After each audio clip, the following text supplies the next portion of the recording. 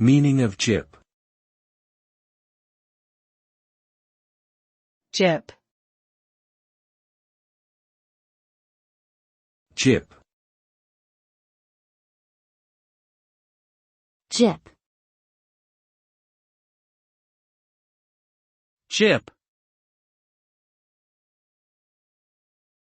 The word gyp is a noun that has two different meanings. The first definition refers to a cheating or swindling action, while its second meaning describes a derogatory term used to describe a person of Roma, Gypsy, origin. Both uses of the term are considered offensive and should not be used in polite conversation.